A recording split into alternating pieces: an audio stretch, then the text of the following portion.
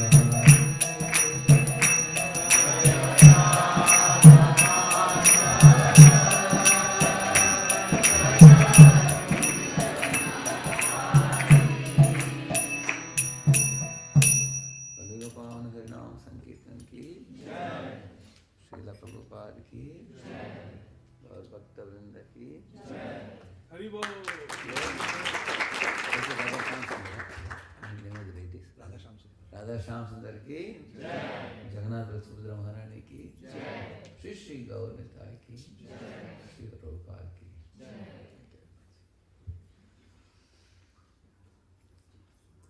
So today is the middle of the week, still so many of you have come in the evening at such an early time for the visit. Thank you all very much. So I am coming to this home of Adigadar for the first time. I have been to the previous place. I was telling Prabhu, the curve is very vishal, very big, to accommodate hundreds of devotees. I told him, your home is as beautiful as your heart. There is given a big altar for the Lord also, and a big facility for all devotees to come and congregate. Nicely. Thank you. So Prabhu has chosen this topic, how we can overcome temptation and sin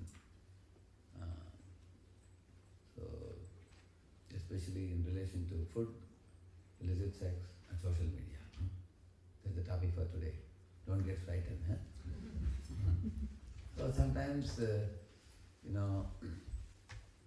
we talk many esoteric subjects of Radha, Krishna, Vrindavan, Leelas and everything. We sometimes even get tears in our eyes when we hear kirtans. And we may imagine ourselves to be pure devotees sometimes. But suddenly you will be shell-shocked to see that from that platform you can fall down to such a miserable situation of illicit sex or overeating or eating that which is not appropriate to be eaten, or become a victim of social media. So when one falls, nose touching the ground, one is shocked. How is it that from such advanced spiritual status, we are talking of so many advanced subjects. We not only study, we preach also to other people. That is why our Shastras give many extreme examples. You can see Ajamila was such a first-class Brahmana. It's called a Shuta Sampanna. Shuta Sampanna means very learned in the Vedas. It's called a Dhridaprata, means strict disciplinary vows of rising early in the morning, taking a bath, bowing down to mother and father, very disciplined lifestyle. Dhridaprata, Shuta Sampanna. Sushila, Sadhavo, he says, he was very gentle in his manners while dealing with people. So he had many good qualities. So it appears like he was a first-class Brahman. There are boys in India, they do Sandhya 3 times a day, promptly. Prata Sandhya, Madhyana Sandhya, Sayam Sandhya. When father would say, offer obeisances, they would always offer obeisances to Abhivade also. You will see that in South. But when they come to America, it's only a matter of time some of the good qualities get eroded away. Far from doing Gayatri, they mix with opposite sex very freely and get degraded, becoming like animals. Some of them became degraded to the point of eating even beef also, some of them. And their generation below, next generation, they don't even know who is Rama, who is Krishna. It has become like that.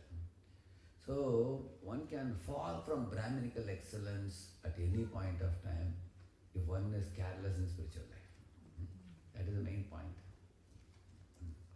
We cannot take it for granted that I am initiated devotee, I am Brahman initiated, and I am, practicing, I am preaching, and in this way I am a wonderful devotee. No.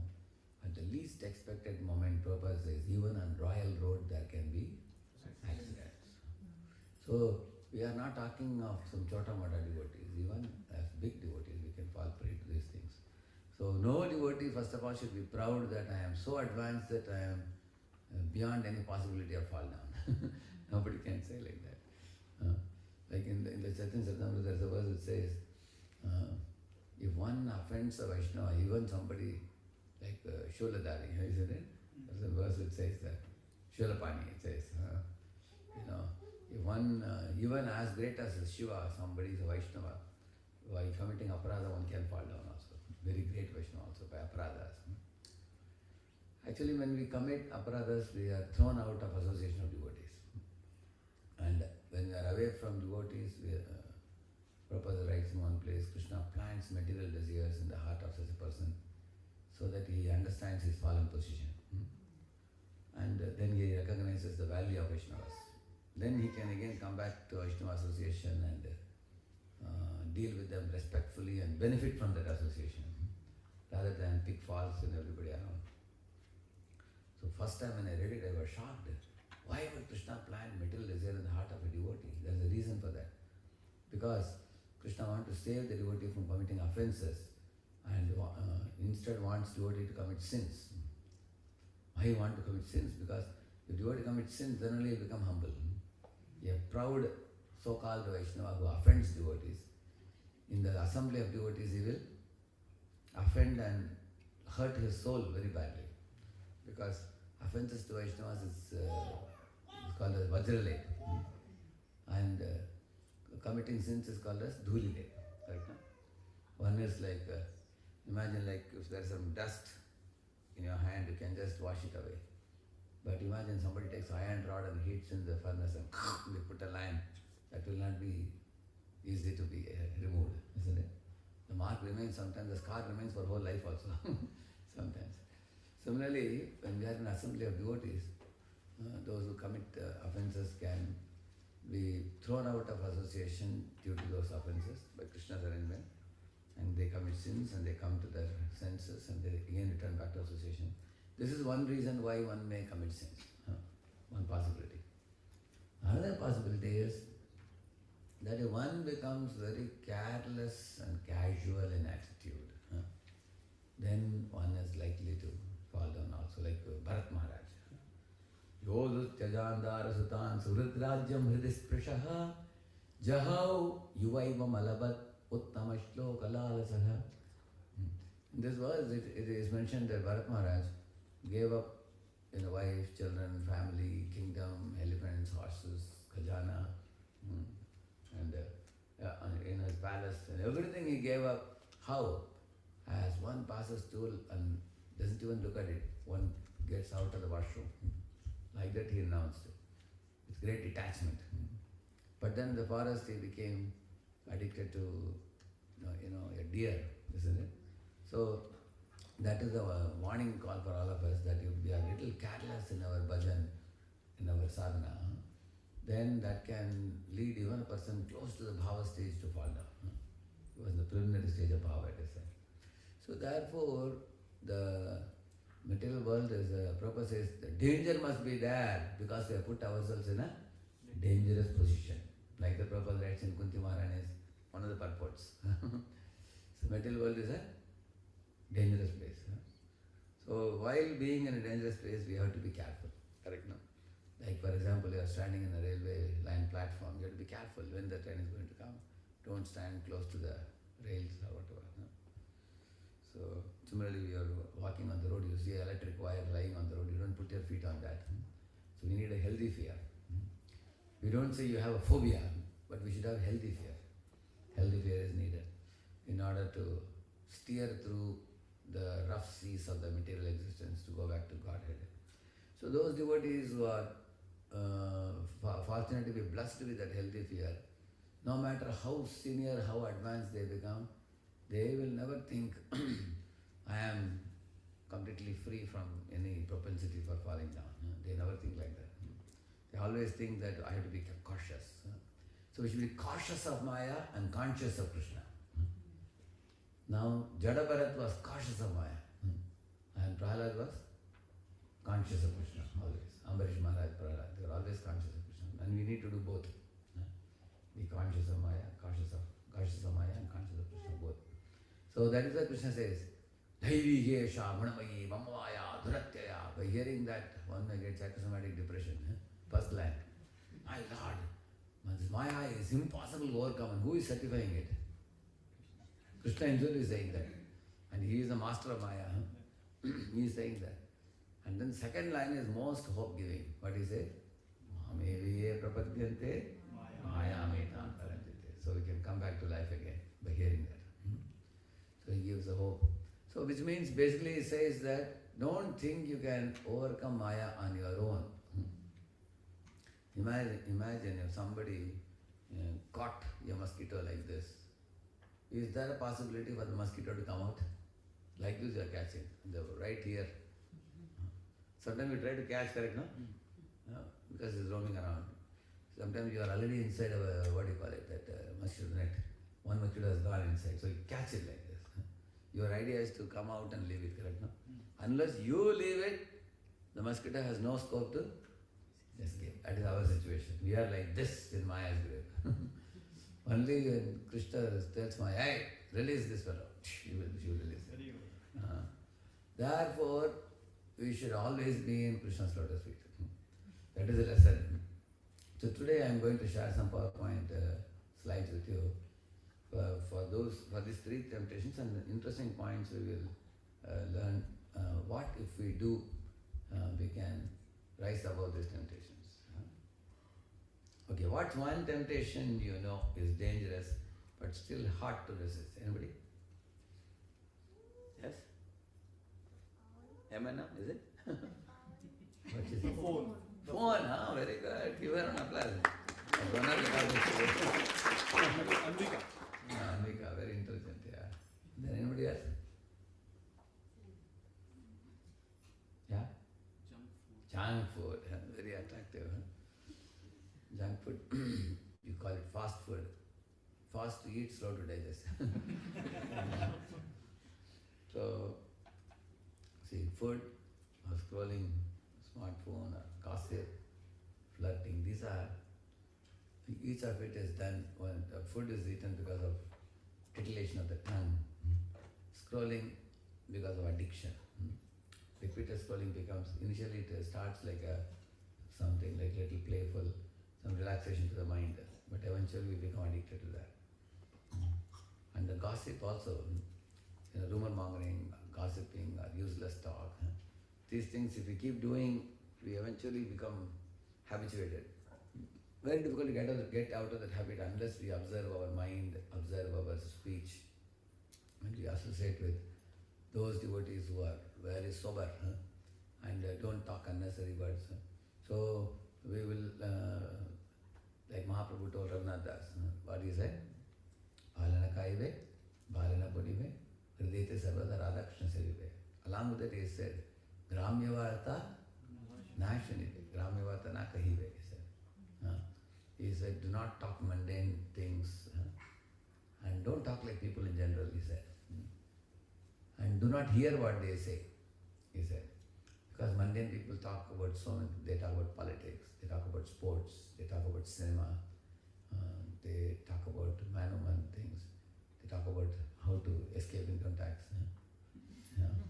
They always keep talking about all these subject matters. That is compared to Kakajan.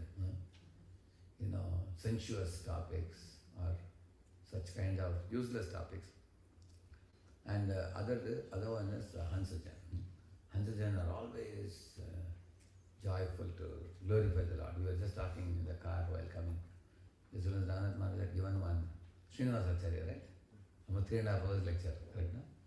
So Prabhuji was telling that lecture was one of the best lectures he was telling. So we can see that many of the Prabhupada disciples, they speak hours and hours of, it's like Akashaganga pouring down, correct? No? So that is Hansajan means people who can constantly glorify Krishna without any effort, effortlessly. So one time I was in Mayapur for my first yatra in ISKCON, 1993. So my spiritual master and His Holiness Jayapadaka Maharaj, they both were there. They took us to various places. One of the places they took us was called King Suvarna Sen's palace. Palace is not there right now, but the place is there. So they took us to the place, and His Holiness Jayapadaka Maharaj was telling, this king, he became a great devotee of Lord Gauranga. And he had that big pamper with him. And he would always chant, Gauranga, Gauranga, Gauranga, like that he started. And then he called Radha Swami and said, I will say something he told in his ears. After that he said, Gauranga, and Maharaj said, Gauranga, Nityananda, Gauranga. Everybody started chanting after that. They both spoke Katha there for a long time. That was my first experience about understanding Lord Chaitanya Mahaprabhu. And I went to Mayapur. So, in that yatra I realized that great souls can completely avoid gossip and keep on speaking about the Lord for days and months together, hours together. So, similarly, flirting means trying to present oneself as somebody very important. Self-importance. See me, see my beauty, see my greatness. Assuming self-importance. Actually, this is a sign of insecurity or lack of love one feels in one's life. Actually, the more one gets a glance of Krishna, then one will become really satisfied. Just like our Kardam Muni. Kardam Muni saw the sidelong glance of the Lord. So even though he performed severe austerities, he was still healthy. It's mentioned in the Bhagavatam 3rd canto. He didn't become emaciated and bony, skinny like Hiranyakashipu. He was healthy. His Lord's sidelong glance was nourishing his body, they said. It was like that. So he didn't need any other attention from anybody.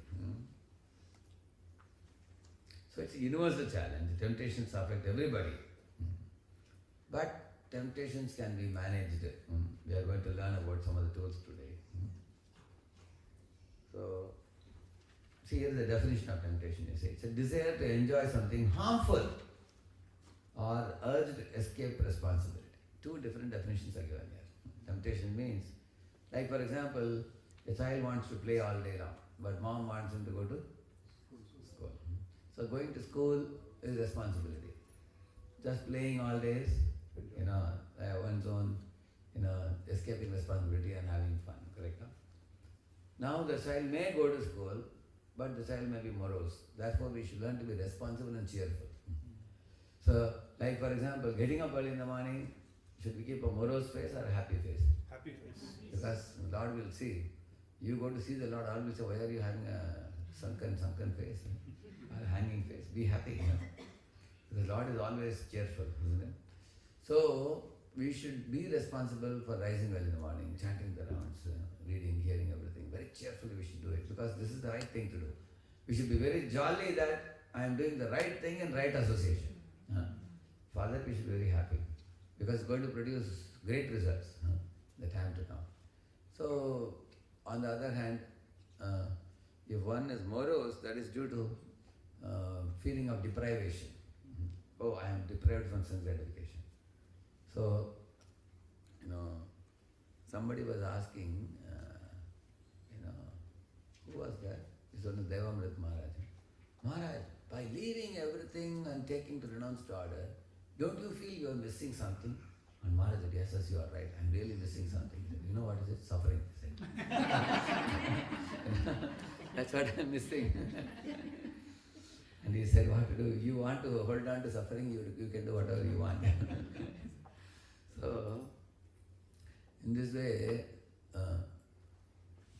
see here, Arjuna asked the question, famous question, you all know that. Adakkena prayuktoyam papam charati purushaha anichannapi varshneya balat iva niyojitaha. Anichannapi means, icha means desire. Anichannapi means, even though we don't have the desire to indulge, but it appears as if somebody caught us by the neck and they're pushing us to do that action. So what is that pushes us to do such an action? Like that he asked the question. So that is why it is, desire to enjoy something harmful. His Holiness Chandramani Maharaj says, sense gratification is like licking honey under the blade. He said, imagine, from the blade, honey is tongue will be cut. So he said that sense gratification is like that, he was telling once. And he also said that in the same class, the sense gratification is like playing a game in which you can never win and you can never stop playing. In the material world, you think I'm going to enjoy, but then you keep on endeavoring. It's like the carrot and the stick. You know that donkey had the carrot? It keeps going as you go ahead. So in the same class he said, it is like happiness in view but out of experience. Just like sometimes you see ice cream kept in a shop from outside, cake and everything. It's like display. It's there but you can't enjoy it. So in the material world, why we can't enjoy? Because it is only shadowy pleasures. What pleasures? Shadowy pleasures. The real mango is in the real tree, but the mango you see in the water is reflection mango. But all living beings, the material world are chasing after which mango? Real mango or reflection mango? Reflection mango. Therefore they are unable to get. It looks like you will see that the same things that gave you happiness at one time, you will not get happiness with those same things later.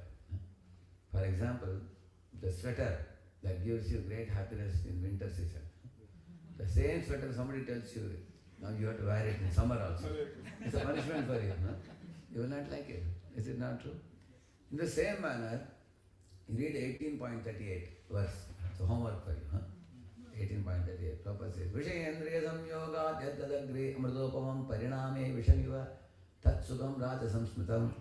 He says, young boy and young girl at a young age, at every age you have some attraction. Like when you were small kids, children, you were attracted to toys.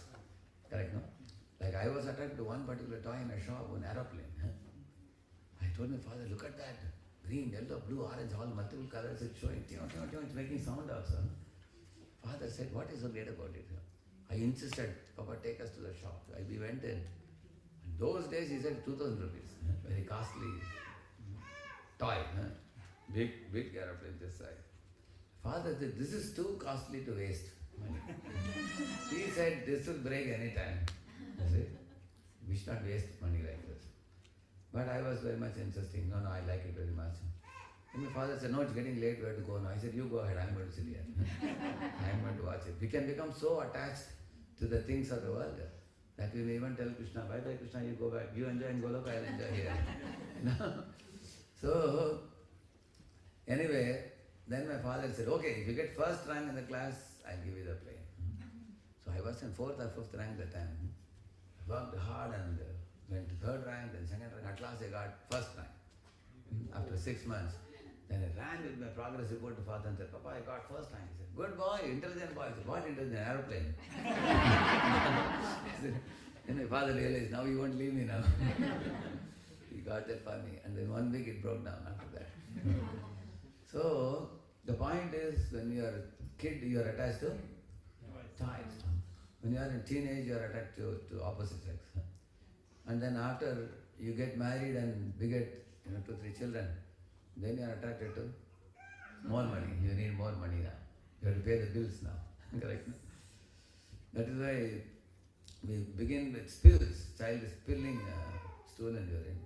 Then he goes to school and drills, memorizing rhythms and all. Then he get thrills in the teenage. But in married life he gets bills. And because of bills, when he gets gradually he gets ills. Then finally red bills. Pills. Bills.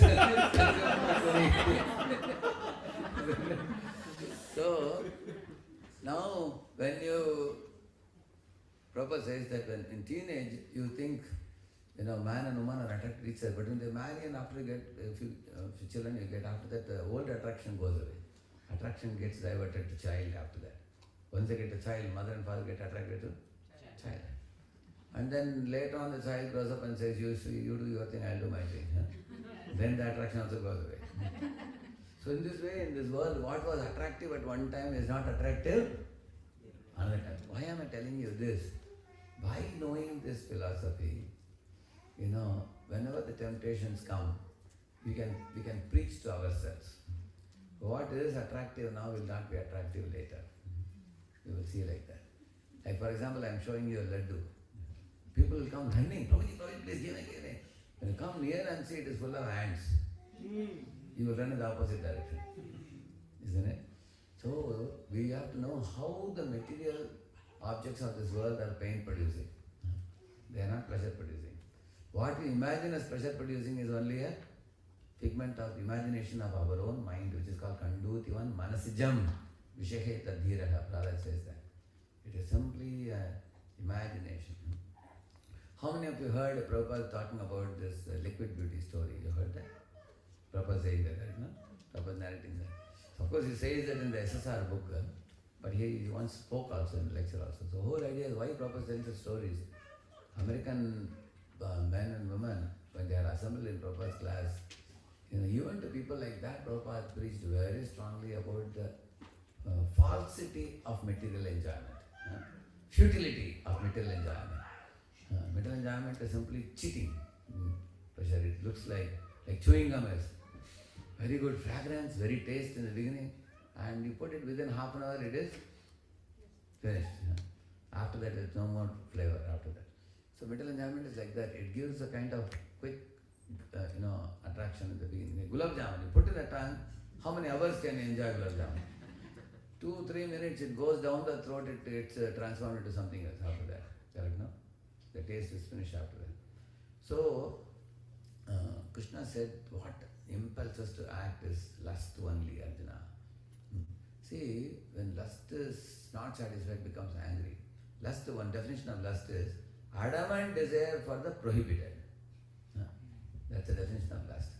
Like Ravana, for example, Kumbhakarna told Ravana, hey, Sita is Jagat Janani. You want to enjoy her, you will be destroyed, my dear brother.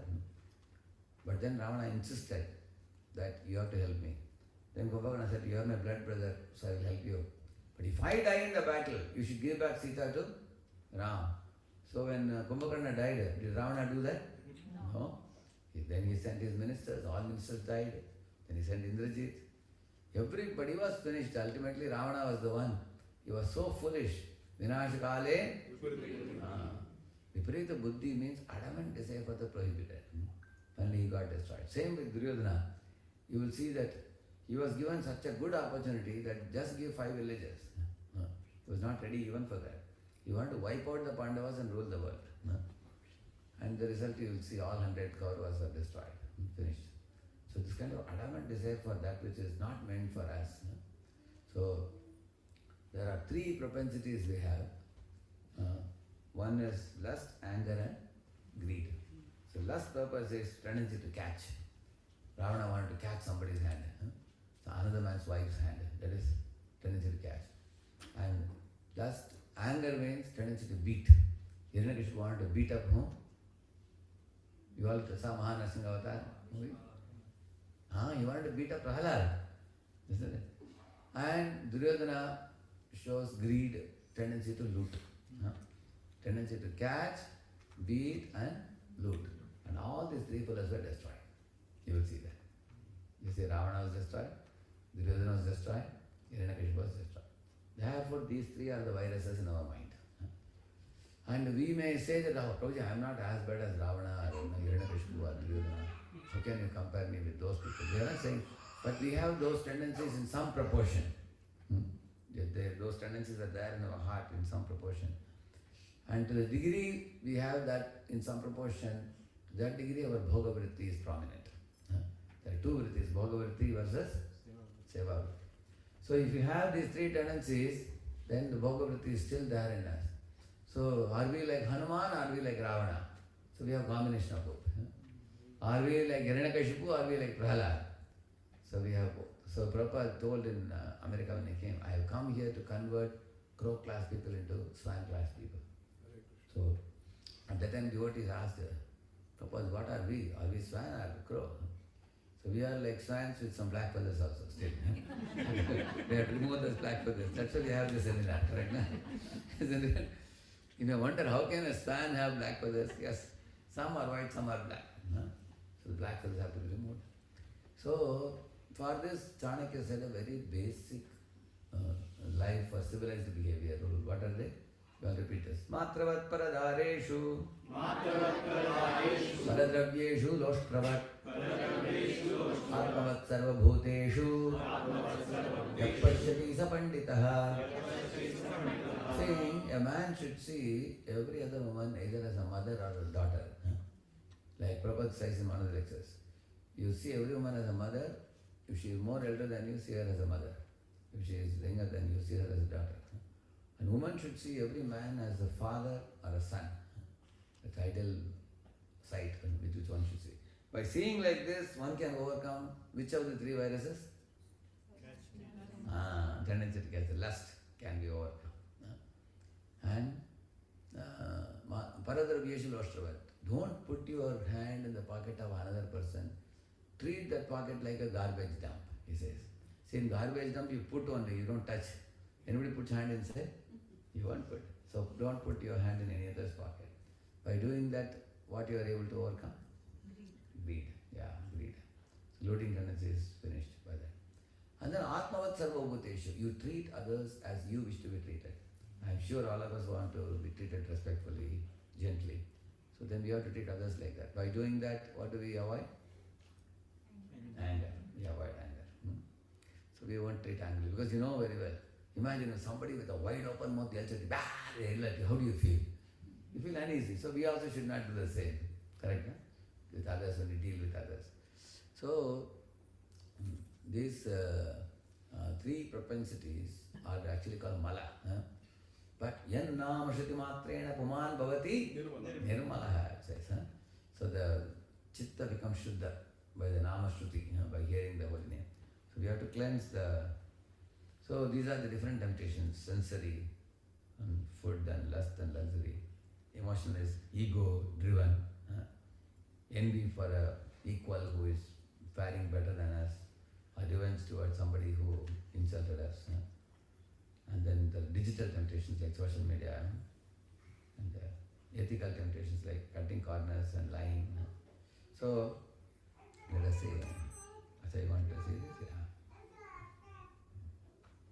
There are different temptations. So let us see the root cause of the temptations. These are the inner cause I already told you. These are residing in our mind. Lust, anger and greed. Actually there are many. Lust, anger, greed, pride, envy, illusion. But all of them have the root in lust only. For example, a kid is demanding M&M. You say, no, I won't give you. You are eating too much. Your teeth will be gone. Then what do you think a kid will do? When you refuse to give? He will lie on the ground, wave hands and legs in a shopping mall, creating a scene. And parents think that, oh, all people are watching. So, better give. They'll give. So one will show anger, isn't it? Or if parents give one packet to eat, then what do you think the kid will say? Will you satisfy? One more. One more. That means dissatisfied lust leads to greed. And when you satisfy the lust, it leads to greed. Dissatisfied leads to anger. If you don't fulfill the desire, they become angry. And if you fulfill it, it becomes greed. You will see that. And if greed also is repeatedly fulfilled, it turns into pride. Like for example, some people had dreams which they could fulfill. One boy, he wanted to, get into IIT, but he couldn't first time. Second attempt he made, he got into IIT. But he got some other department. Then he again made an attempt to get into computer science, he got into computer science. Then later on he wanted to come to America, he could come to America. He wanted to join Microsoft, he got into Microsoft. He wanted to go to a very high position, he could go to high position. So that time he looked back at his friends. All my friends are all, working in some mediocre companies in India. So what do you think thought came in his mind? Pride, yeah. He felt pride. And one day he saw Bill Gates going in his car with 4-5 prominent people with whom he was laughing, joking and spending time with them. When he looked at them, what do you think he must have felt? Envy. I want to be one of them. Why only they are given attention and not me? I am only one of the 25 people, but I want to be one of the 5 people. In this way, you will see that everything comes from lust, anger, greed, pride. They all start with which one? Lust. Lust. They start with lust. Just like in the transistor, you have seen that, there is an antenna like this. If you push one into another, it becomes only this much finally, and you move it like this. You know that? Yeah. So that is like lust. And that lust, anger, greed, pride, envy, everything else comes. Understood, no? So we have to convert that lust into love. That is Krishna consciousness. So we have to convert the bhoga vritti into seva. That's the... So when we do that, actually love and lust have very powerful magnitude and intensity. Love is like this, upward flowing, and lust is opposite vector. Same amount of vigor but in opposite direction. Just like the real tree is up, but reflection tree is down. So lust takes us down, whereas love takes us up. So that is why this whole movement is come a very, very important movement. It helps one to gradually go from that lusty propensities are relieved, and then to the degree you get rid of lust, that proportion this increases, love increases. It's like x and 1 minus x. If you have x amount of lust, then 1 minus x is love for Krishna. And if you then that means, say if I have 30% lust, then 70% love for God. It will be like that, if you are practicing Krishna consciousness. So, but now we are finding the love of God is hidden, and our lust and the corollaries of lust, they are dominating our mind like demons. So that has to be cleansed. You see, mental factors, because of that we have a weak mind because of these anarthas. And mind is weak and fickle, and senses are uncontrolled. And we have a lack of spiritual purpose. We may be sometimes slack in spiritual life because of not having clarity about the ultimate goal. Like you are going in a road, you are not sure whether this is the correct road. Will your car be going fast or slow? Slow, because you aren't sure. Similarly, in spiritual life, when clarity is not there, we are going to go slow. So we have to get the spiritual purpose clearly. So we need vision. Vision means we should not be blind. Blind following will not help. Prabhupada says in 4.34 Bhagavad Gita, observed inquiry and blind following both are condemned, like he writes. So we need the vision. When you have eyes open, then you can walk fast. If you are blind, you will be stumbling. Similarly, we need the values in spiritual life, because without proper values, our practice of spiritual life will become corrupt. For example, the elephant takes bath, but again comes to the shore and puts the muddy pool of water over himself. Then what's the use of that bathing? Manye Kunjara Shauchavat, he said. Similarly, you may chant Hare Krishna in the morning, but in the daytime we are watching some dirty things in social media, or we are having some promiscuous relationship with somebody. So then, nowadays many boys, girls, they don't marry nowadays because they know marriage involves responsibility. And then the man is afraid tomorrow if some divorce or something happens, you have to give a big compensation. He's worried. And also many times putting up a family is a serious business. But that doesn't mean they are following brahmacharini, strict lifestyle. They are having some dubious relationships. They are getting close to each other, they say oral sex and this and that. They get intimate. So they don't know how they are tainting their character with such pollution of illicit sex. Then, especially if they are devotees, so they will be so-called devotees, Vishivashi devotees. There are devotees who come to ISKCON temples wearing tilak and kantimala, look like a devotee, and then when they go back, they have another type of lifestyle with the karmis. So that's like a chameleon, we call it. You know what's a chameleon? Chameleon, when it climbs a tree, it will be brown. When it comes to the grass, it will be green. Like that here, Haribol and chanting, dancing. And there you see, there in the cinema theatre, going around with somebody or roaming around with somebody. What kind of life is that? So that is why if one does not have a life of values and character, then there's a hole in the character, then one cannot perfect spiritual life. One will be reborn again. One has to come again and again. Similarly, you may have values, you may have vision, but if you have no vigilance, that vigilance was lacking in Bharat Maharaj, I was telling you. He was good actually, his character was good, his vision was good, he was doing perfect sadhana also, but vigilance was lacking. See, he was tempted to gamble, despite this, he lost kingdom, brothers, everything. You can see the result of losing character, you see. In Silicon Valley, there's a story of a businessman. He got into a secret affair by online apps, and because of that, the marriage got crumbled and he lost reputation. So sometimes it is seen that very big business people also, sometimes they have had extramarital affair, due to which it comes in the paper. That so and so has no proper character, his wife has left him now, she's divorced because of this. Or like in 2019, one incident I read, one man, his wife had just begotten a baby, small baby, maybe 3 months old baby. But he was having an extramarital affair with the woman. So that woman was thinking that, she said, you and me, we will make a plan to finish your wife and child, so that we can marry and enjoy like that. They had made a plan, there were WhatsApp exchanges and everything. And they got caught by the police. Now the police has put them behind the bars for 20 years. So, because they made an attempt to kill the wife, but the wife didn't get killed, she was saved out. Another very recent story, I don't know how many of you heard about it in India. One lady married a man, very handsome man, businessman. She took him, she said, let's go on a honeymoon, and they went to one very big place, hilly place. From there she pushed him. He fell and died. And she came and cried and said he slipped down, fell off, I lost him and everything. But police had suspicion. They did some detective case. Then they found out from the mobile that she already had a affair with the boy before. They wanted to marry, but parents didn't allow. And back and forth, many exchanges were there, many photos were there, evidence they got. And they had, she told him that if my parents forcibly marry me to somebody, I will do this, and then parents will allow me to marry anybody I want, then I'll marry you. Like this. This is the truth, so it recently happened.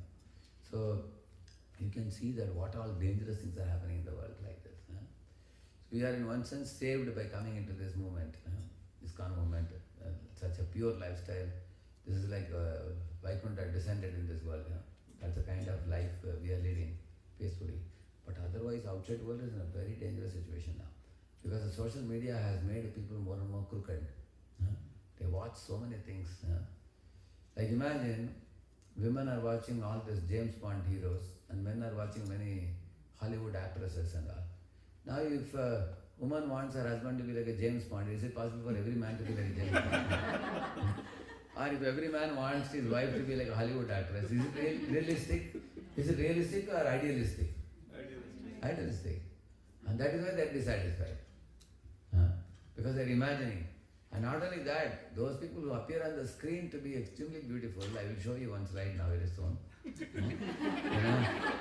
How they make up, you will see that. Yeah. I will come to that. When I come to social media, I will tell you.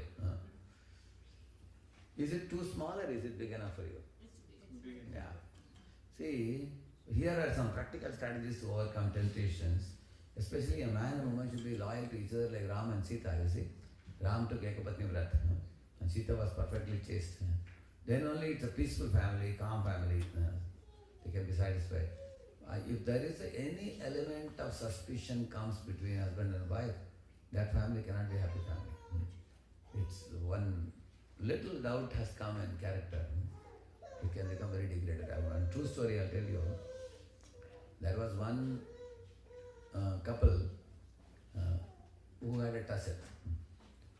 And there was another devotee couple in the same block. They were living also. So this Mataji used to go and reveal to that Prabhuji. And that Mataji used to reveal to this Prabhuji.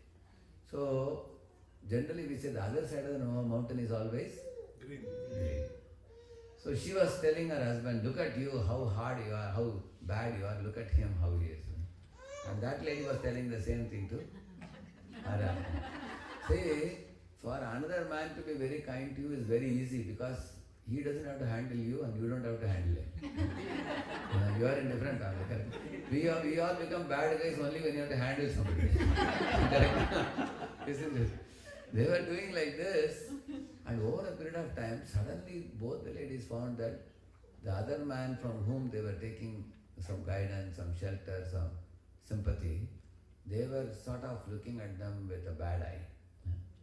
That both of them realized, and both had gone to that counselor and reported. This man, I thought he's like a brother, he will help me, in my crisis in my home. But he is trying to come close to me in an inappropriate way, And two counselors, and they could not handle this. They went to the spiritual master. Spiritual master said, immediately these two families should geographically separate. And one should go to North Pole, one should go to South Pole. They should go far away. And number one. Number two, both these ladies have to be told, stop confiding in that person, other person, and develop trust in your own husband. You may have some difficulty, the relationship may have some strain, but if you are not going to improve your consciousness, it may end up in divorce. So they both agreed, and they both started cooperatively working within their own family. And then this way, a dangerous turn which was about to take was saved. Otherwise, two families would be destroyed. Imagine both of them divorce, both of them have one or two children also. If they divorce and she divorce and marries him, what kind of a horrible thing it would be. It's not like changing a model mobile. Okay, this model is not good, we'll take one more model. It's not like that. Actually, marriage is not between a man and woman. It is between two families. Your mother, father, that mother, father, brothers. So many are involved. Sambandhis. Serious matter. That's why fences before the cliff. Install safeguards early. Use apps to limit phone usage, avoid triggers. Similarly, spiritual anchoring, daily mantra meditation, we are all doing these things. See, couple commitments, schedule sacred time together. Like if any husband, wife sit together 15 minutes a day to study Bhagavatam together, some Chaitanya Charitamrita together, that family will be a happy family. Even 10-15 minutes every day with the wife, children, family, one spends. So, like we say, morning for Krishna, day for profession, evening for family.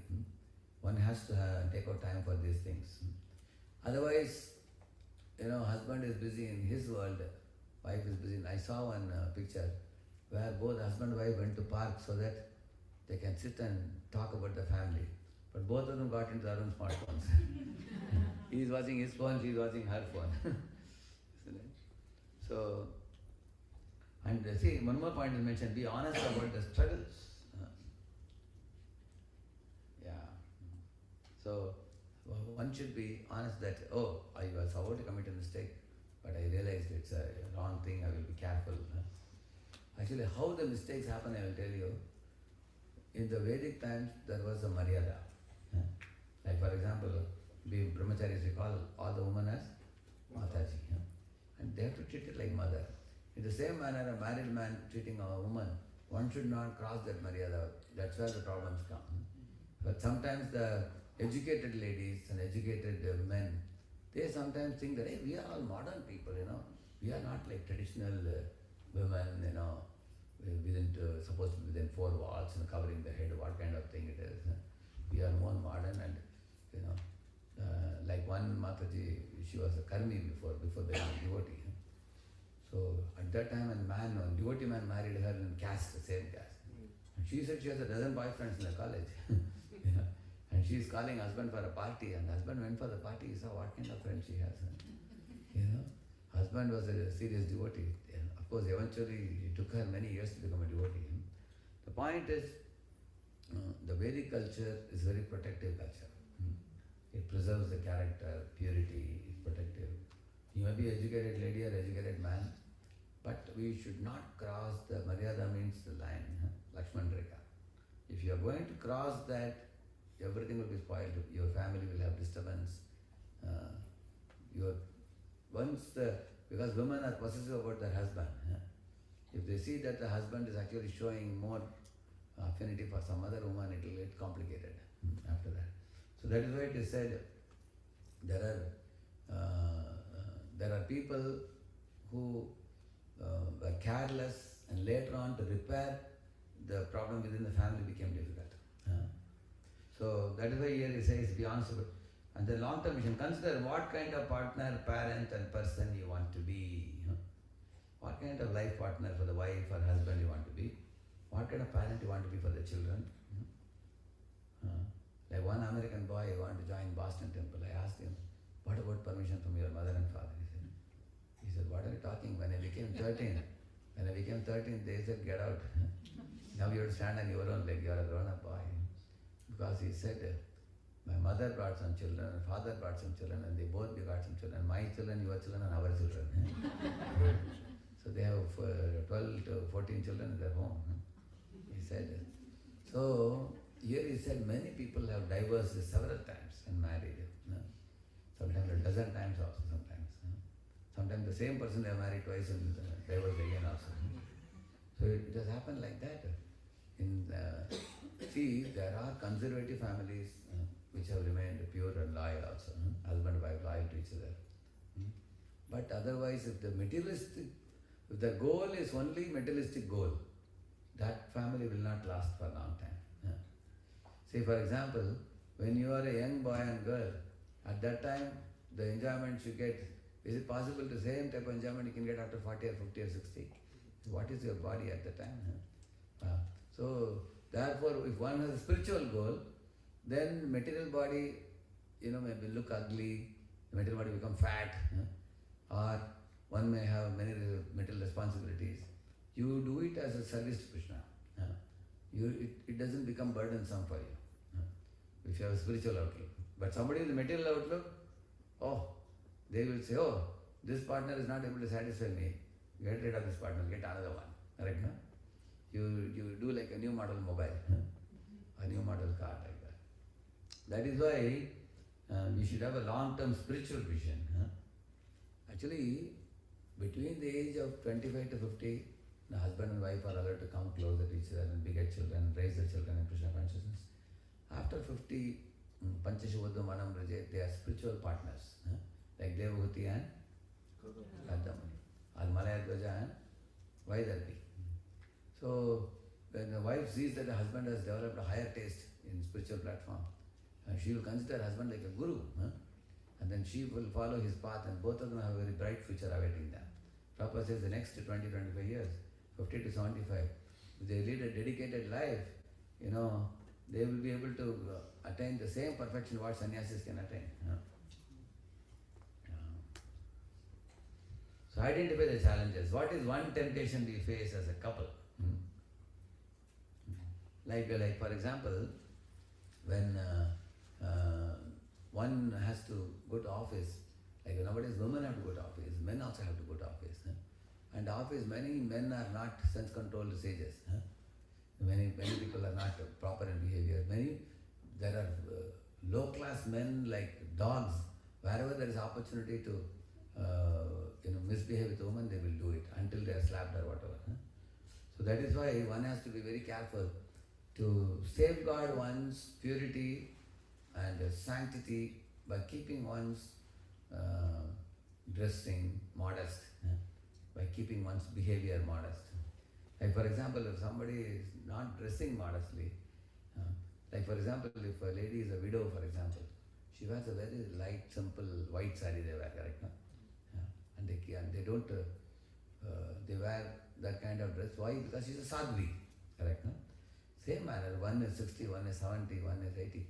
Once age is going, one should dress modestly in such a way that people should know that this person wants to perform sadhana and go back to God. It should look like that. Not that you are 70 or 80 and you are colorfully moving around. Your colorful means you are attracting others. So how we dress, how we speak, how we interact with people. Why there is separation between man and woman like the way you all are sitting here. This is Vedic, correct, no? Otherwise in the colleges, boy, girl, everybody mixes together. So it's like fire and grass. It will certainly burn. So because of lack of culture. And then commit to action. What small decision can we make this week to resist the temptation? Record your commitment on the provided card in your phone and also. So I write it down. Now, according to Srila Prabhupada, husband and wife coming together for procreation, not unnecessarily for recreation. Prabhupada says about that. That is even very advanced platform it is. And it is very easy to follow for those who are fixed up in spiritual platform. So Prabhupada writes about that in the first verse, right now, Upastha Vegam, he writes in there. Vacha Vegam, Manasa Vegam, Pura Vegam, Jiva Vegam, Udara Vegam, Upastha Vegam, he writes there. Now, some people think, why this kind of such a serious restriction? There is such a high temptation and pleasure in this. Why one should bother about this so much? But if one studies the Shastra deeply, you will understand. Our bodily energy, for example, we call it as a rasa, rakta, majja, meda, asti. The last one is called shukra, we call it. So there are 7 items in that, according to Ayurveda. One forms from the other. Like rasa means the food we eat. Eventually it forms the muscles, then forms the bones, then forms the blood. Then from several drops of blood, the semen is made. And the semen, it exists in a dormant state in the body. From the top of the head to tip of the toe. It exists in an evaporated state like a steam. Like a steam. But steam can be condensed into water, correct, no? Like that, the steam, like semen, gets condensed when one develops a desire for enjoying. At the time it becomes viscous semen. And then it is released from the body. So the testicles which produces the semen, if you see, that's like the root of the tree. The root of the tree nourishes the whole tree. Either it nourishes the whole body and mind. That which is produced like this. So, whether you are a brahmachari or you are a grihastha, the sexual energy is a very powerful energy, which if conserved, it will increase several good qualities, like for example, Vichara Shakti, your ability to analyze, Viveka Buddhi, ability to discriminate, Dharana Shakti, ability to hold. These things will increase. Ability to remember, ability to have clarity of vision, ability to memorize, ability to think well, especially spiritual subject matter. See, spiritual life means seeing things which common people cannot see, correct? No? Most of the common masses are stooped in ignorance and passion, they cannot see. In Sattva or clarity of vision begins. And in Vishuddha Sattva, clarity of vision is very great. You can see in a crystal clear manner every truth spoken in the scripture. So, the energy, the sexual energy which is kept for, you can imagine how much power is there in this energy. That when a man and woman unite, they are able to beget a life, beget a child, they are able to give, so much energy is there. That means if the energy is conserved, it comes out as conviction in spiritual life, courage in spiritual life, confidence in spiritual life, clarity in spiritual life, ability to assimilate the Shastra and walk the path of spiritual life with great confidence without any fear. You will become free from lamentation. So, the sense control that a sadhaka practices, it yields the gift of Krishna consciousness eventually in the path of Bhakti Yoga. So, because tada tada pashyati vastu sukshmam, this is the 11th canto verse. It says that if you cultivate self-discipline, self-control, then you will be able to see subtler and subtler and subtler truths which common people cannot see. That ability to see that comes from self-control. So, therefore Shastras have given some sanctions for man and woman to come together in a religious manner. Dharma viruddho bhuteshu kamasmi. That is allowed. At the same time, if a man and woman are going to indulge very liberally in this, they may think that what's wrong in this is within married life. Yes, you may, but then you will find spiritual life very difficult. Spiritual life will not be so thrilling. In the Brahmacharya Ashrama also, we have seen that those brahmacharis who are very strict in this principle and they are very focused in spiritual life, they over a period of 10, 20, 30 years, they become very blissful brahmacharis, joyful brahmacharis. And those who are going to be casual, careless, they allow the mind to flow outward in the clutter of the material world, like too much indulgence in social media and watching inappropriate things. They will not even look like brahmacharis. They become, eventually they will do papachar, durachar, prashtachar, vyavachar. They get caught in these things and then they get deviated also. We have seen that. So, the chain of fall is very well known to all of you, correct? Dhyayata vishayan punsaha samkastejupita. Sometimes people ask, where is it said in Bhagavad Gita that one should not see television? Kadachit na pashyatam duradarshana. Any sloka is there? People ask like that, correct? But where is it said, this is what Gita says, contemplation. If you are going to watch, sometimes parents, what they do in the kitchen, they put the child with a cartoon in the TV and they go to the kitchen. They think that the child keep watching cartoon. But cartoons teach many envious things also. Children may be absorbing a lot of envious things by watching cartoons. Because they are watching, contemplation leads to attachment and all those sequence of steps. So, you see, when I fix my mind on Krishna, no temptation can shake me. So chant, avoid the triggers, honest talk, all those things. So, I will show you. What is the root of temptation? Forgetfulness of our eternal identity as Krishna's servant. That is why we hear Prabhupada books, read Prabhupada books, hear the lectures. We want to remind ourselves of the truth. And the mind is like a restless child. We have to give it an engagement. If you give some child some engagement, it's peaceful. Sometimes parents think, let's give a mobile, let him keep watching the mobile, let us do my work peacefully. But actually, if you see our Uddhava, Parikshit, even our Abhay Babu, Abhay, they all were very attracted to the deities. Correct, no? They were all, when they were small kids, decorating the deities. Uddhava refused to come for breakfast. He told his mother that I am busy dressing the deities of Krishna. Temptations as tests that reveal and refine our surrender, not merely enemies. Actually the tests, when they come, we can strengthen our surrender more. Yeah, Viveka, discrimination and firm resolve as a foundation. Like on Ekadashi day, tomorrow is Ekadashi, I believe, right? Zero. Yes. Yes. So on Ekadashi day, we take a vow not to eat grains. Correct. In the same manner, any type of sense gratification that comes in the way of my attaining Krishna, let me restrain. And with the practice, we will be able to do that. So by higher taste, what is the verse? Param drishtva. So higher taste comes in various forms. When I asked the higher taste, what is it? One boy said, I think probably festival day prasadam plate. That's the higher taste. Yeah, that is one of the higher tastes. But also the higher taste is chanting, dancing, studying together, going for yatras together, addressing the deity, worshipping deity. Different people get higher taste in different things. And also we should withdraw the senses like a tortoise. And also, Jaisa an Vaisaman, whatever type of food you eat. Prabhupada says amongst all the things, the most powerful thing is the japa. It's a sound incarnation of the Lord. It has the power to purify completely. So the japa has to be quality japa. It's a conversation with the divine couple. So one should plead the Lord in a speaking mood for purification of the heart. Prabhupada says chanting means, all of you repeat this. Oh Lord! O Lord, Purify me. purify me, Uplift me. uplift me, Accept me. accept me. Three things he says. Like this.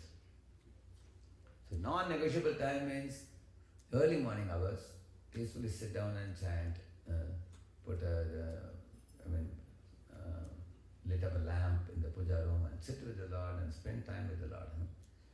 And japa time should be exclusive time. Some people think I can chant on counter while driving the car. One boy was telling Prabhuji, anyway, car is automatic. Point to point it goes. What's wrong if I drive? If I chant along with that? Don't make such useless arguments. Isn't it? You need to give exclusive attention. Exclusive attention is required. Yeah. You see, the tools are neutral, but purposeless use is the problem. Like, can you say social media is bad? Can you say that? Totally, we cannot say that because, like, Desire Tree, you all are getting so many things, correct? No? So many things. Even in sometimes the short clips are also very helpful. So the same place where the deer goes to drink water, there only the tiger is hiding behind the bush. The same social media or YouTube, which can be very helpful. The same place there is danger. So we need the willpower. First of all, we need the discrimination power, viveka buddhi, to know what is good, what is bad. Then we need the willpower to make the right choice. And pick the good and reject the bad. Correct, no? So what to pick, what to drop. That we have to know. Then we will be able to effectively use the media to our advantage, spiritual advantage. There are many people doing that also effectively.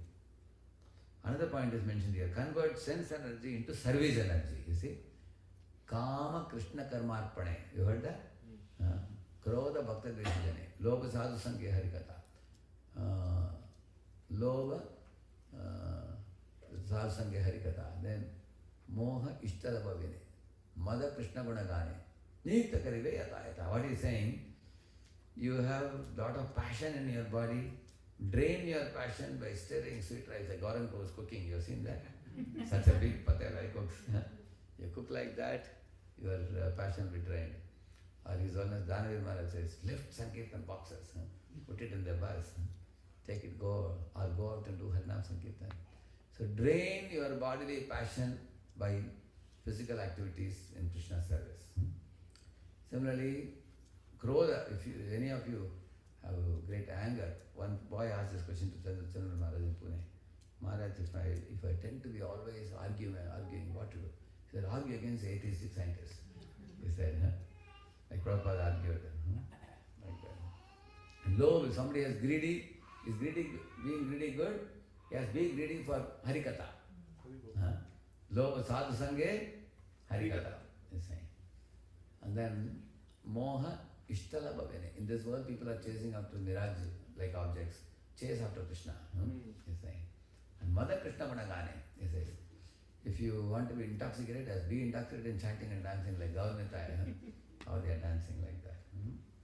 So, and then another important point here, you see, curb and thought, and then speech and action. Arrest the thought level. Kill the thoughts before they turn into words and actions. That is the rule it's given. Because everything starts with a thought. Okay, now one may have a question. How does a thought arise? Impure thought arises in the mind. How did it arise? Or a good thought or a bad thought, how does it arise? For that we have fed memory. Whatever memory you feed, that gives rise to thoughts. Our mind has a nature like a blotting paper. You take blotting paper and ink, if you keep ink pen like this, whether it spreads, you've seen that. Whatever you put in the mind, that is going to munch on it. Therefore, the input, what type of books you read, what type of movies you watch, what type of songs you hear, what type of people you associate with, Like we used to come from IIT Bombay to Chopari Temple on Sundays. So Ranath Maharaj used to sing, beautiful tunes. Hare Krishna, heard that? Hare Krishna, Krishna Krishna, Hare Hare, Hare Rama, Hare Rama, Rama Rama, Hare Hare. So after the feast, everything would go back. But this would be ringing for the whole week. The years. One day in the laboratory I was dancing, going forward, backward. Suddenly my guide came. I thought, who is going to come late at the evening time? I was there till 9 o'clock. So guide was, hey, Radheshyam, you are dancing in the lab? What are you so happy about? He asked me. I said, you can feel this happiness if you come to a temple. So one thing is, whatever inputs you take, that will conduct us. You would say, see that. So, like Prahlad had taken that input from Narada Muni, correct, no? Therefore, even to his friends he preached so powerfully. But unfortunately nowadays many people are not careful about inputs. See, when it comes to drinking water, we only drink water from a sealed bottle. For body we are careful, but for the mind we are not careful. So, are we taking hygienic input? Or are we taking impure inputs? Just because some impure pop-up comes doesn't mean you have to consume it. You have to reject it immediately. So, because the inputs, like once my friends were going for one movie called The Exorcist movie. They called me, I was also foolishly about to go. But one good friend of mine warned me, he said, it's a ghost movie, don't go. I didn't go. My friends returned back, it was in 5th standard. 5 years they suffered getting nightmares. Because they saw a skeleton from the window laughing. Dangerous, and they became skinny also. Very dangerous. Any of you saw a horror movie and you developed a phobia? Correct, no? So, therefore we should be careful what movie you watch, what songs you hear. If you hear passionate songs, 120, 130 decibel, those songs, they disturb your biological rhythm. Probably that is why they do break dance, I think, because the body breaks. Body breaks, isn't it? So, yeah. So my strategy. Now, till now we discussed about, I told you about illicit exercise, the tongue as restaurant food. Actually, some devotees think that it is not so bad to eat outside. Not a bad, just stand Hare Krishna and eat. They make it very, they say like that. But who is cooking it? Which fellow is cooking? Just because you want to taste something to satisfy your taste buds, if you eat like that, Krishna is watching. And certainly, I have seen people who eat such restaurant food, their gossiping tendency increases. They gossip unnecessary things, useless talk, argumentation, debate, fault finding, blasphemy, everything will increase, right? That type of Jaisa and Vaisaman. Your mind is formed by the food. So, therefore, see, eating is an exchange of consciousness. Restaurant food often carries profit-driven or mixed consciousness, you see. People cook food like that. But prasadam is sanctified, mercy. So, there is mitabhok, ritabhok, hitabhok. You know the 3 meanings of this? First you should eat only sanctioned food. And that sanctioned food is vegetarian. And sanctified food is prasad. But that should be eaten moderately, that's Mita book. One should not overeat. Even as a devotee, if you overeat prasad, then what will happen after prasad? You feel like this. You feel tired, correct, no? But you will see in motels and all, drivers eat. But after eating, if the driver is sitting in the seat and sleeping, what will happen? Accident can happen, isn't it? That's why we have to eat to get energy. In energy science, what is the definition of energy? Energy means capacity to do work.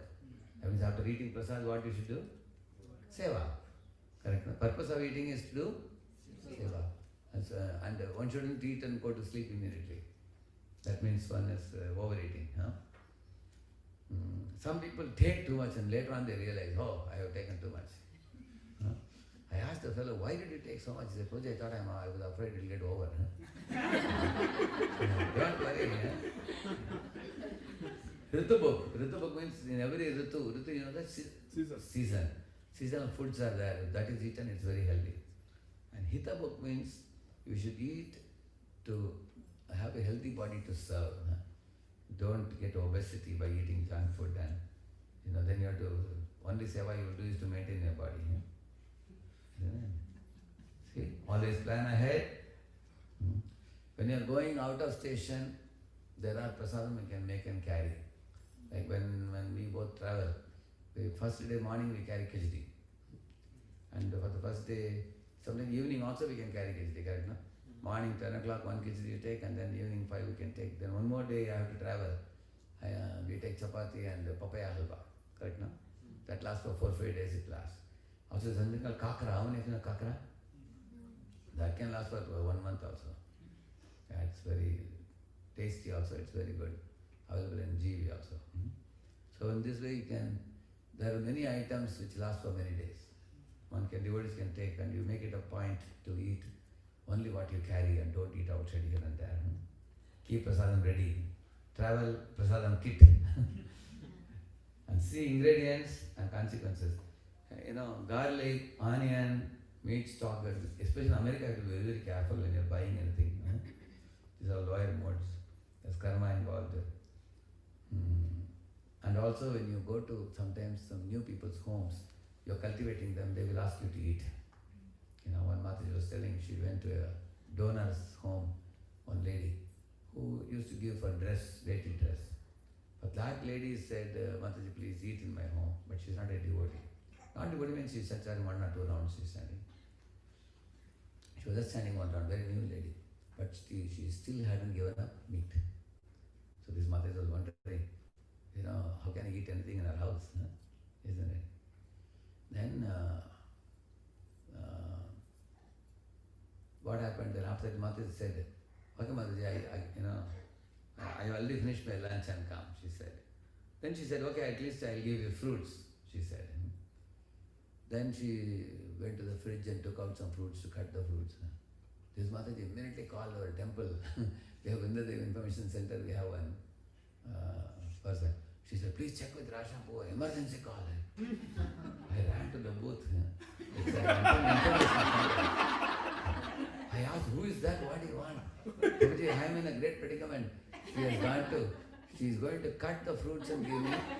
But she might have used the same knife for cutting. So what do? I don't know now. I agreed to take fruits. That's a mistake from my side. I said, very simple. Ask her for uncut fruits. You tell her that just now you ate prasad. You can eat fruits later in the evening. Then immediately she told her that lady gave her one bag full of apples and everything, and she went back. You know, to escape. Yeah. Ritualize cooking or offering. Train the tongue to relish purity over spice. What will happen if you eat very spicy food? What will happen? Passion will increase. Do you want to increase passion or you want to have compassion? You want passion or compassion? Compassion. So, see, according to your age also, like for example, below 30, you can eat very nicely. They can digest stone also. And below 30, people have a lot of strength. Then between 30 to 40, 45, You can eat chapati, sabji and all those things, but eat moderately, and the quality of prasad should be such that it will give you energy. But beyond 45, 50, our eating should be very simple. Because at that time our appetite, digestion, all these things is not that great, and also by keeping food simple, we can learn little bit austerity. Like Raghunath Das Goswami, he would take once in 3 days a palm leaf of buttermilk. We are not telling you to do that. You can take proper prasad 2 times a day also you can take. But the idea is we should, control that and follow role models, isn't it? Emulate Raghunath Das Goswami, correct? No? Simple appetite and mitahara discipline. Okay. See, how do you achieve any good quality? Here is a secret. Set milestones. Like how many of you sleep between 9:30 to 10 daily? Before 10 you sleep. How many of you? Okay, there are a few. So 10 to 11, how many of you sleep? Okay. 11 to 12, how many of you sleep? There are a few. And 12 to 1, anybody? Nobody, I think, 12 to 1. Okay. Before 12, everybody sleeps. So now in case you're sleeping at 12, so you have to bring it to 10 now. 10 is, according to doctors also, 10 is ideal, 10 to 4. It's not only in ISKCON, even outside also, they say Pitta cycle starts at 10 o'clock. Body starts secreting Pitta. So 10 o'clock if you have to sleep, you are sleeping at 12, so set milestones, which means first week, make it 11:45. Second week, 11:30. Until you hit 10, like that. That is setting milestone. Second thing is, connect with role model devotees who sleep pakka on time. Who are the pakka fellows who sleep at 9:30 here? Anybody? They deserve a gold medal. Huh? If I were a millionaire, I will give you a gold medal for that. Anybody? Nobody sleeps at 9:30. 10? Anybody? 10. Who are the 10? Arav. Ah, very good. Give an applause for Arav. So like Arav is a role model. One more Mataji is raised hand. So those who are pakka role models who regularly do that, you can keep in touch with them, take inspiration from the role model. And be a part of Sangha of Peers. In Pune, there was a Mataji, what she would do. She had 8 Matajis, they all wanted to sleep by 10. So what they would do, they would sleep at 10, get up at 4.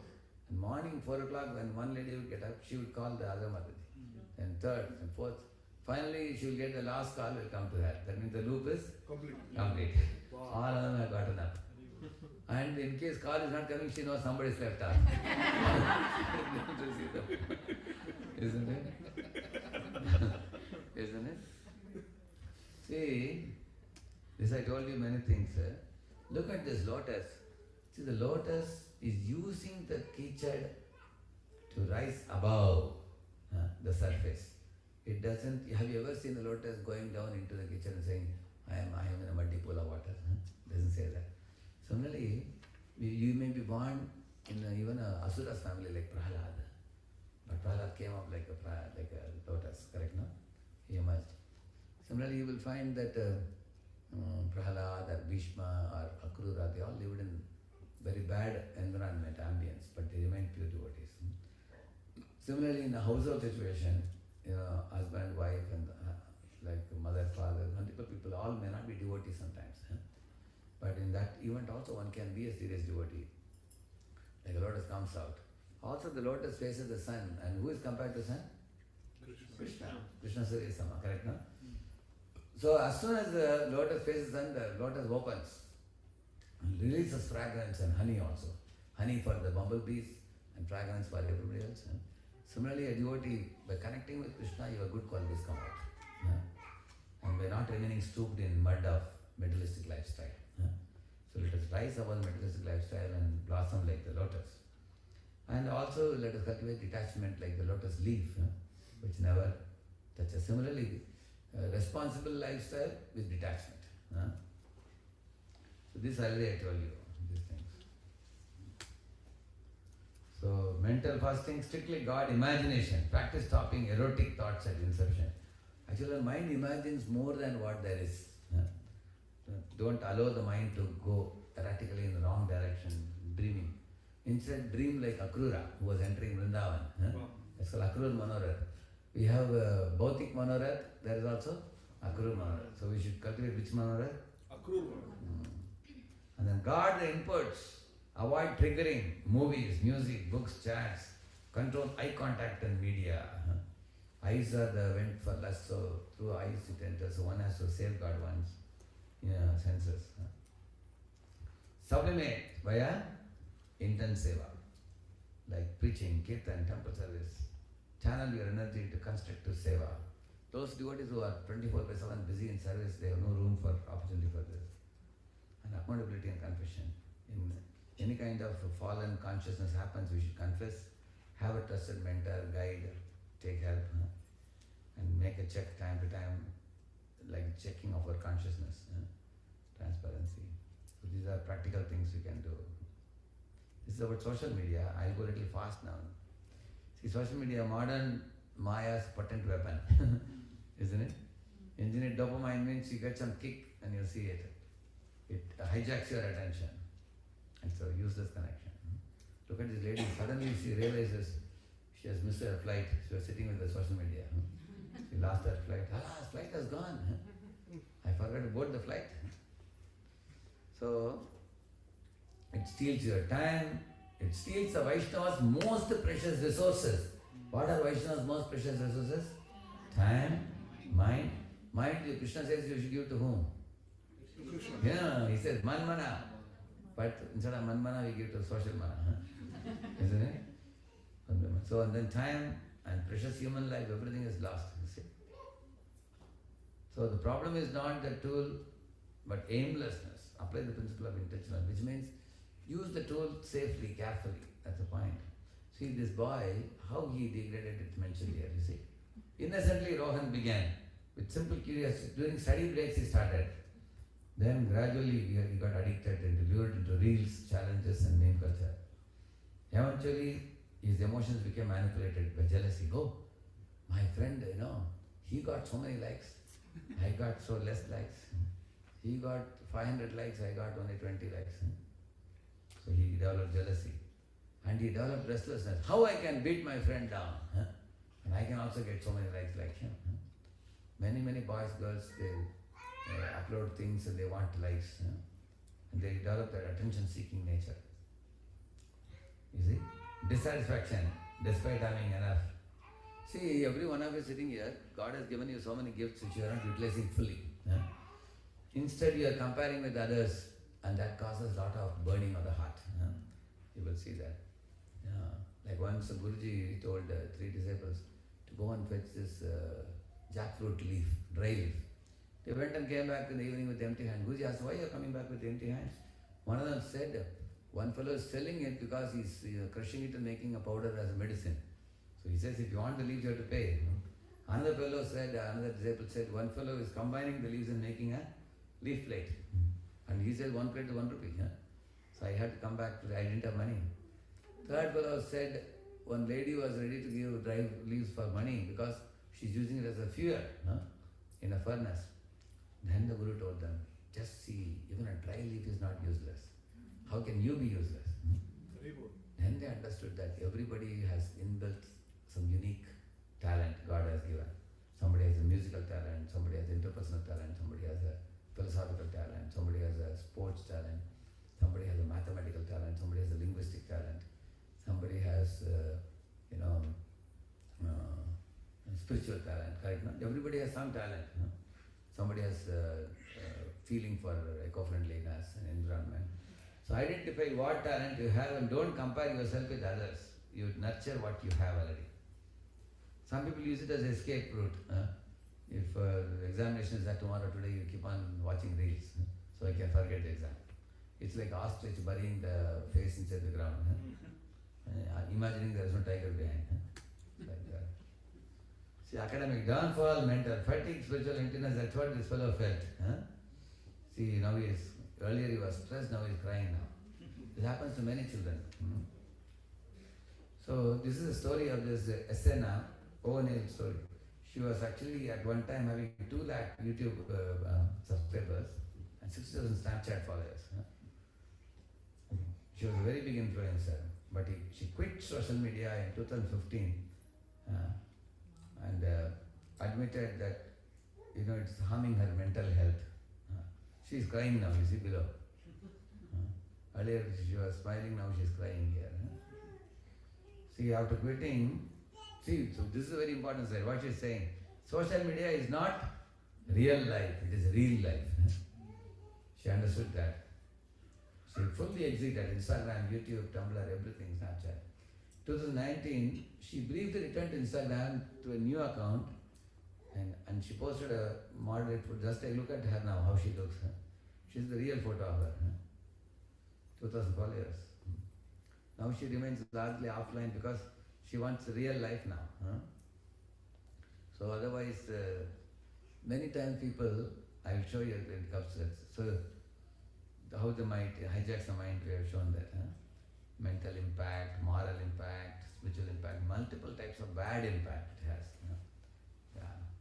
Desensitization to vulgarity, gossip and pride, you see. And see the negative influences, here on the right side, is it too small for you? They promote unrealistic standards, spread misinformation. For example, see the toxic wellness trends, these are all cheaters. They say detox teas, upper suppressant lollipops, dieting and all these things, the toxic trends. Similarly, fake ideals. See this one. She looks like this, but they make her look like this. Just see. So, and the amazing thing is what? As I told you, many people look at this kind of thing and they expect their wife to be like this. But actually, reality, she is like this. So there are many fake ideals are being promoted like this. So what's your experience? What are the 3 negative effects you have faced due to social media? Anybody would like to share? At least one? Yes? Waste of time. Waste of time, yeah. Very good. And anyone else? Yes? Eyes get strained because of watching too many reels, yeah? Low confidence because we see everyone. Yeah. Oh, you said.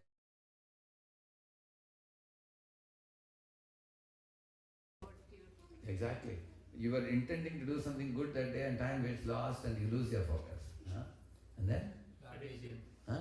Garbage in, garbage out. Correct. Watching social media plants unnecessary desires. Correct. You More may not- desires. You may not know about something, but because of that you found out. Yes. Oh. Correct. Then I have to get that. Correct. And you have to spend also for that.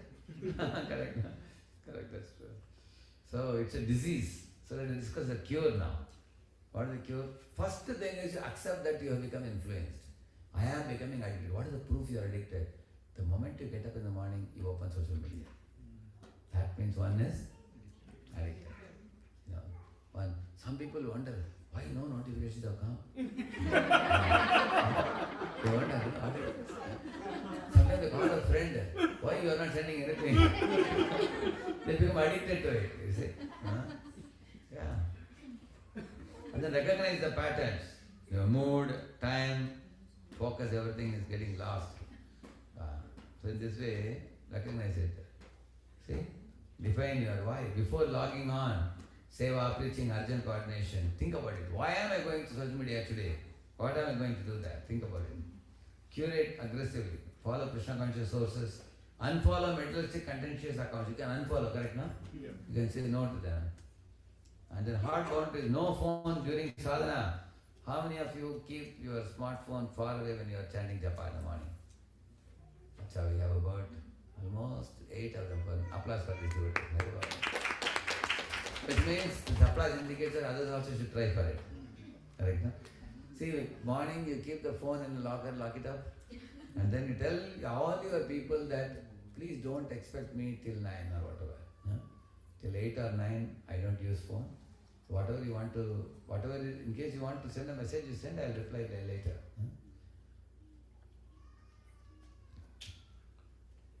Yeah, and then replace calling with japa. Shout and ask, will this post help me? Remember Krishna? Like that you have to ask the question. Correct, no? So these are some practical sheets. See, screen time. We can.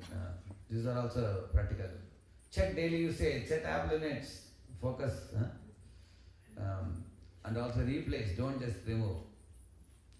You, instead of toxic feeds, you can have spiritual content.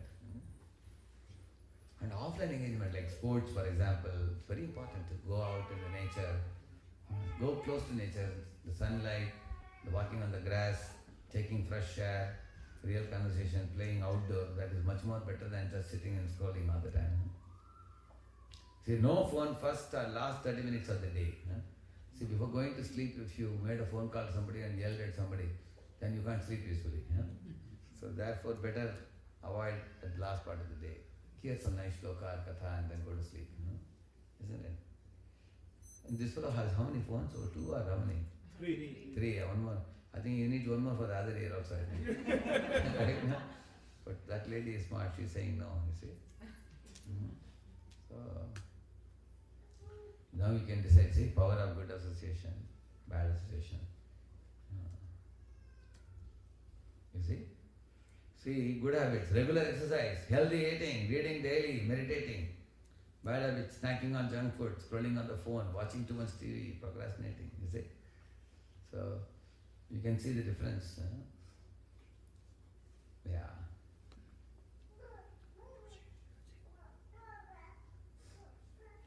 Morning sadhana, I'm coming to last part now. Early rising, chanting prayer. See, these 5 items which I mentioned here, no? I have elaborated them in the next 2 slides. The next 2 slides will require, probably Adi Gadarpur has to give a full lecture on them. The next 2 slides I'm going to show them very deep, and one line you have to read, and then you will be able to elaborate very nicely. I'll just show you that. See, read, let us see one morning sadhana, quickly read it. Who can read it? Take the mic. We have other. Give them. See, social media costs time, fast food costs health, notifications cost focus, and comfort zones cost the future. See? You saw that? Isn't it? Some things are pricier than money, he says. Brilliant, no? Okay, read the morning sadhana. Yes, Boji. Hare Krishna. Morning sadhana. Prioritize Brahma Muhurta. Sleep early to rise refreshed. Structured practice. Chant minimum 16 rounds attentively before worldly duties. Deep prayer. Offer gratitude. Seek seva opportunities and pray for humility. Reflection. End sadhana by reading the verse or contemplating service goals. Yeah. So, morning sadhana is best performed if you rise in Brahma Muhurta. So I always say that Sattva Guna, what is Sattvic lifestyle? So people say Sattva Guna begins with, I ask, is it rising early? I said no, sleeping early. Because if you sleep early, then only you can rise. Okay, and then scripture takes the same manner. We can see each of this. You see, when you're reading, don't just read it, reflect and apply, and then share realizations and then cross-reference, okay? So, one of you can take snapshot, Prabhuji will explain to all of you later. Okay, you take it? Yeah, take it, yeah. Similarly, satsanga and seva, you see. Quality over quantity, attend or host focused senior level discussions. Associate with advanced devotees and guide younger devotees. Hear more speakers, avoid fault finding. So in this way, each of the items are more explained in detail. The last one is the 5th one, this one. Gratitude journey. This is the most important thing. Gratitude is the source of all good qualities. We have to replace complaints with appreciation in speech. Express thanks to devotees personally, strengthening relation with devotees. These things are going to help us because if the relation with devotees is good, then you associate more with them. More associate with them, then Maya is less. That's all connected, you see. Oh, can you go to the previous slide, please? Yeah. Will they get the photo? Seva? Thank you. Yeah. Totally 5 items. See? Increase the dose of Krishna consciousness to push out Maya. Hearing, Shravanam, Kirtanam, Smaranam. How How do you strengthen Vairagya? By meditating on the misery. That's why I started with that class today. Impermanence of mental pressure. Diet, association, reading, seva, everything put together will link. It's like a last, only prasadam. Have a travel kit. No solo restaurants after dusk. Similarly, for sex life, what do you do? God inputs, confession weekly, channel energy into service projects. See, recently I came to know, when we do Gayatri 3 times a day, why we do Gayatri? He says that, for example, afternoon to evening, if some bad thoughts came, by Gayatri they nullified. The effect of bad thoughts in our brain nullified when we do the Gayatri. I heard that. And then social. Seva, only 30-minute cab. Yeah? Sorry, Prabhu, what is meant by no solo restaurants? No, actually, actually we don't take in any restaurant.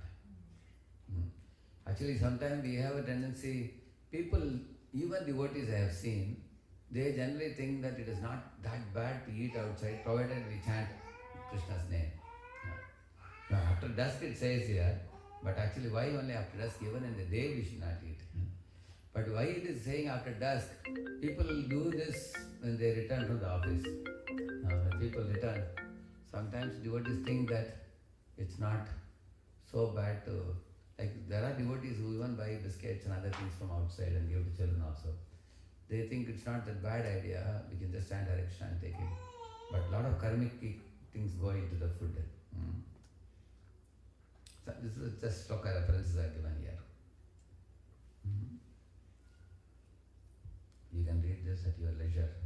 Conquer your tongue, belly genitals, and conquer worlds. Prabhupada also says that if you control tongue, jidam sarvam jiterase. If you conquer tongue, you have conquered everything. That says in the 11th canto, there's a verse. There's a verse which says that. Ravana was passionate, Kumbhakarna was ignorant, and Vibhishan was in sattva. So Vibhishan prayed, my dear Lord Brahma, even in most difficult circumstance, let me always walk the path of dharma. And that is why he walked the path of dharma always. So modern day allurements are like a golden plate of garbage versus clay bowl of nectar. Which one will you prefer?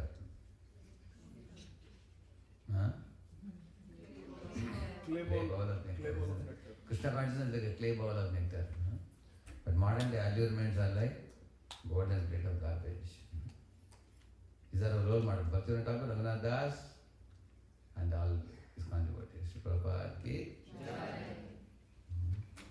So only thing is I spoke a lot and I couldn't give you time, so a little big PowerPoint it is.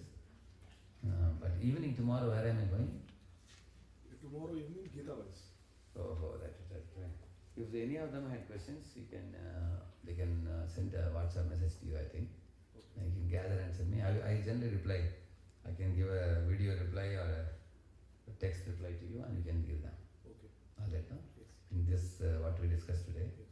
I couldn't leave time because I also sleep early. By 9 I sleep. Yeah. 9:07. Yes.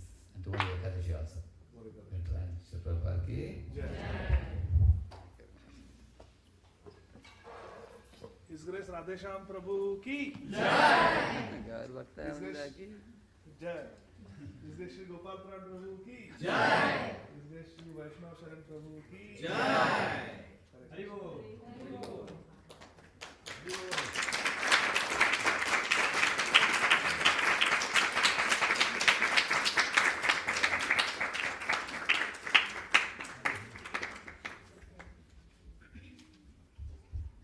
So I gave room for many questions, but for no time because I came on a little late. I came. Tomorrow. That's true. I'll end the Zoom.